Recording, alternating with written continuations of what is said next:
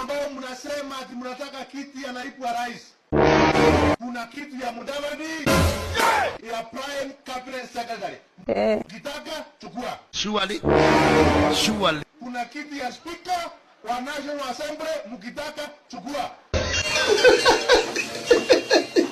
Kuna kiti ya National ya Senate ya Speaker, mkitaka chukua. Kiti ya naibu wa rais wa taifa la Kenya haiko wazi. Ya Profesa Kithure Kindiki and Nambole Kantunyas. Na tunasema kama ni chama ODM, hata sisi tuko tayari kuwa uko ndani ya hiyo chama. Na tuendelee kusupport Daktari William Ruto. Jesus! Na mwache kutukera. Hii maneno ikome. Hamwezi kuwa mnaamuka kila siku kiti ya naibu wa rais. Tena kiti ya naibu wa rais. Kila asubuhi kiti ya naibu wa rais. Kwani hiyo kiti iko wazi? Mwache hiyo madharau. Unasikia wewe? Hiyo madharau ikome. Mwache kutukera. If you are negotiating for power, there are many other positions you can negotiate for power. Wanyamaze, wasiwe na wasiwasi. Tukiondoka mtapata hiyo kiti. Yes. Hamwezi pata. Sasa sikiza, tukiwa pamoja lazima mkubali.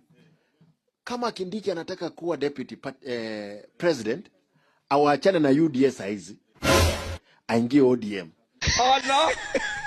Allah. Ndiye akwe mmoja wetu, si ndio? Tuseme kwamba ODM iko na deputy na is serving. Kama anataka kuwa deputy kupitia UDA, Ruto awaachane na UDA, aingie ODM. Iposa sisi ODM tukue na party leader na wao wakue na nini? Na deputy. Hii itakuwa ni 50-50. Oh! Hakuna story nyingine. Okay, ni sawa. Ni sawa. PSS 25. Watu 10 ma-ministers. Lakini pia sisi ndio tutapeana kura nyingi, tutaweza mwambia tuongezee 2 hapo. Wewe utaona wewe. Ngoja mambo. Ngojea baada ya miezi 2 kutoka sasa mtaona ile mambo itafanyika. Okay. Na your head correct. Mimi nashangaa na nyinyi sana watu hapa ya Mlima Kenya.